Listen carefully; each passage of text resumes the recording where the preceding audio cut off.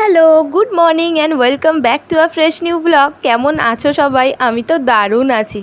কালকে রাত্রেবেলা হালকা বৃষ্টি হয়েছিল বলে ওয়েদারটাও ফুরফুরে ছিল আর আমার মেজাজটাও।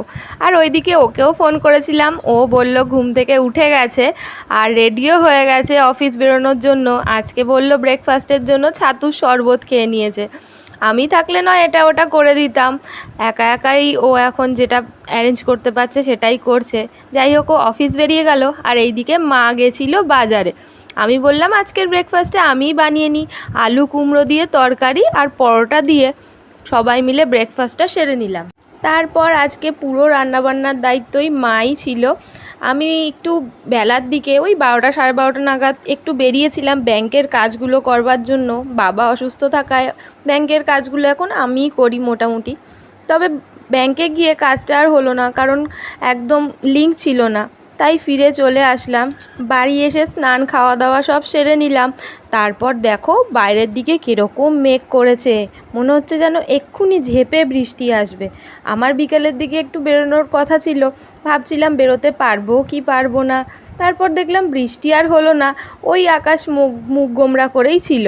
আর এইদিকে দেখো আমার এই প্লান্টগুলো কি সুন্দর হয়ে গেছে, একটু একটু জল পেয়েছে বৃষ্টির। আর এখন বিকেলবেলা 5টা বাজে আর আমি রেডি হয়ে বেরিয়ে পড়েছি।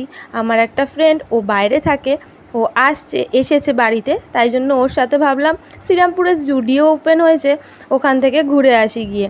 টোটোয় চেপে 15 টাকা ভাড়া দিয়ে চলে গেলাম জুডিওতে। আমাদের বাড়ি থেকে বেশি দূর না, ওই 3 থেকে 4 কিলোমিটার।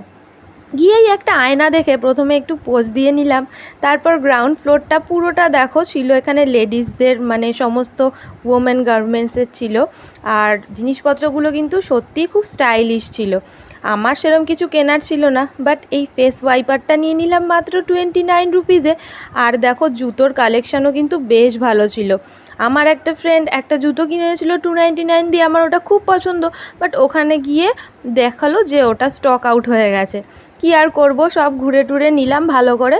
এরপরে একদিন মাকে নিয়ে যাব, সেদিনকে মন ভরে শপিং করব। একা একা না এখনও ডিসাইড করতে পারি না কি কিনবো।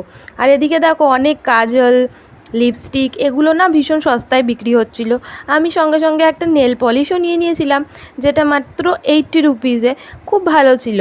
আর এখানে দেখো জেন্টস কাউন্টার, এটা হচ্ছে 3rd ফ্লোরে। জেন্টসদের মধ্যে আমার খুব একটা বলবো না যে খুব ভালো পছন্দর কিছু ছিল, থাকলে ওর জন্য হয়তো একটা নিতাম।